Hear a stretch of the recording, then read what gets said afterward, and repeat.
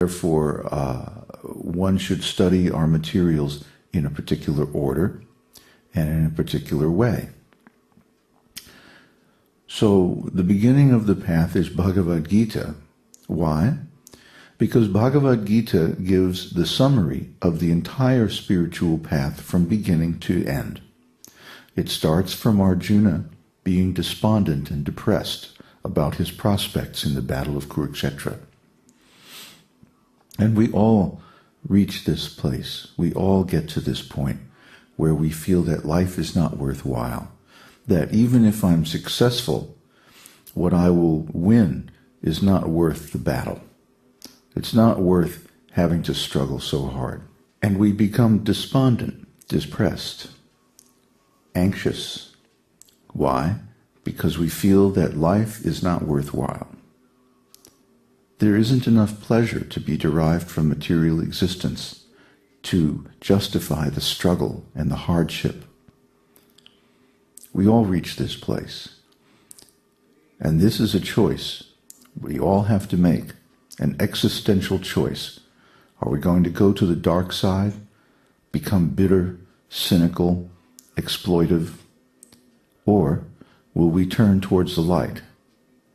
And will we reach towards self-realization, transcendence, and higher consciousness? So if we make this decision to reach toward the light, to reach toward enlightenment, to reach toward spiritual development, then there are so many things there to help us. And the first thing is Bhagavad Gita. Bhagavad Gita is wonderful because it's spoken in very simple language. Unfortunately, most of the people who have published editions of Bhagavad Gita had their own axe to grind, and so they interpret it to justify their own particular views. But wait a minute, esoteric teaching is about realizing Krishna, and Krishna is speaking Bhagavad Gita. Well, what is Krishna views? What is Krishna's opinion? What are Krishna's points that he's trying to get across? Does anybody really write about that? Well, yes, Swami Prabhupada does. And that's why we recommend his Gita. When we first found his Gita, we were impressed that this is the most accurate and most complete presentation of the Gita we've ever seen. For example, it includes the original Sanskrit and word-for-word synonyms of the Sanskrit and the English before you even get to the translation. And then, after the translation of each verse, there is a very elaborate commentary that is drawn from the previous teachers, the previous master teachers in the lineage of the esoteric teaching. So when we saw this, we said, wow, we've never seen an edition of the Gita that is so transparent. Most of them just give the translation as if that was the only possible translation there could be. But actually, in Sanskrit, there are many ways to translate, many ways to interpret, depending on one's level of realization. So, in Prabhupada's Bhagavad Gita as it is, he is giving the synonyms to show exactly how he interprets each and every Sanskrit word. And you can go to a Sanskrit dictionary and look them up and see how he is deriving the different translations.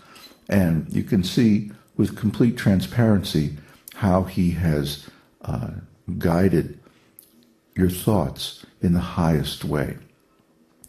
So this Bhagavad Gita as it is gives us a view of the whole spiritual path from the very first realization of we are not this body, but we're a spirit soul, through the secrets of working without karmic reactions, through the process of engaging the intelligence in discrimination of spirit from matter, all the way up through the religion of divine service or bhakti yoga. And it covers Ashtanga yoga, Jnana yoga, Buddha yoga, Raja yoga, every kind of yoga that there is.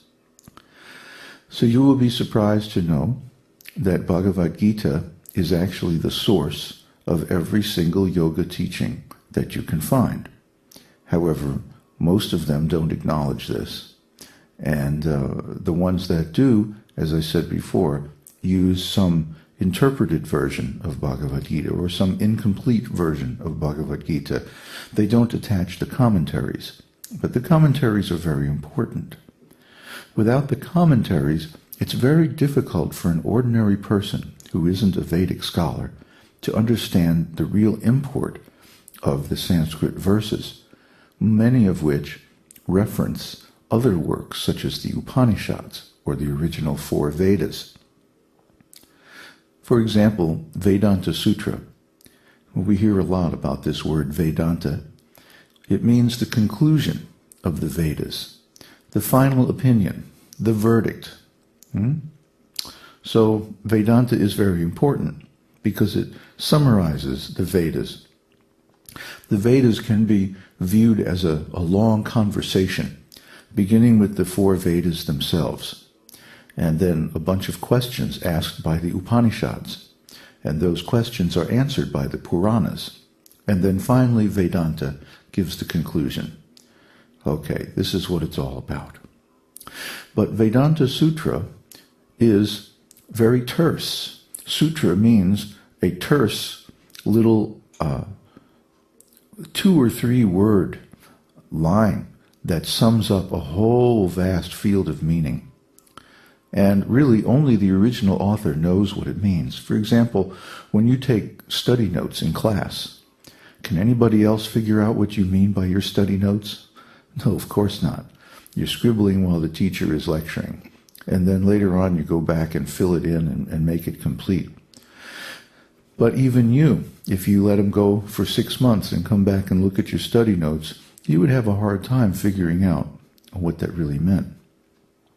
Similarly, when great sages meditate, they often will take little notes just to remind themselves of what they have seen or what they have experienced in their meditation. They don't want to break their meditation to sit down and actually write. The writing comes later. So similarly, Vyasadeva, he had a mission to perform. He was given this mission by his spiritual master, Narada Muni. Narada Muni said, you should describe all the pastimes of the Supreme Personality of Godhead in relation with his devotees. And that will satisfy your heart, and it will also satisfy everyone else. So Vyasadeva sat down, he meditated, and he wrote sutras to describe his meditation experience. Then later on, he expanded these sutras into a complete description. The sutras are Vedanta Sutra, and the complete description is Srimad Bhagavatam. And Srimad Bhagavatam is the heart of the esoteric teaching. But unless you study Bhagavad Gita first, you will not be able to understand it because you will not have a sufficient ontology. So this business of ontology is very important because it determines how we understand or how we see things. And this is a very important step on your quest to attain your perfect body.